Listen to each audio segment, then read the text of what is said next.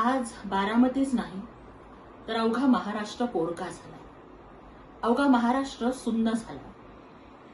डोळ्यातलं पाणी थांबायला तयार नाहीये. आज विश्वासच बसत नाहीये की ज्या माणसाच्या शब्दावर उभ्या महाराष्ट्राचं प्रशासन धावायचं ते अजितदादा आज आपल्यात नाहीये. अजितदादा हे फक्त एक नाव नव्हतं, तर ती एक शिस्त होती.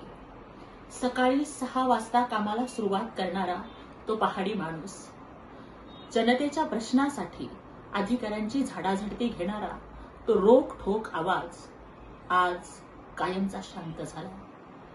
दादांच्या स्वभावात एक करारीपणा होता. चुकीला चूक आणि बरोबरला बरोबर म्हणण्याची हिंमत होती. दिलेला शब्द त्यांनी कायम प्राणाच्या पलीकडे जपला. प्रशासनाच्या वरती त्यांचा असा वचक होता की त्यांच्या एका फोनवर सर्वसामान्यांची कामं मार्गी लागायची. महाराष्ट्राच्या विकासाचा धडाका आज थांबलाय.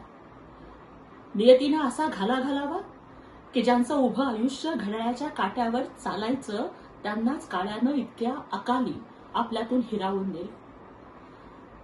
दादा, तुमची उणीव राज्याला पावलोपावली भासत आहे. तुमची ती शिस्त, तुमचा तो स्पष्ट वक्तेपणा आणि तुमचा तो कामाचा आवाका आता फक्त आठवणींच्या रूपात आमच्यासोबत राहील.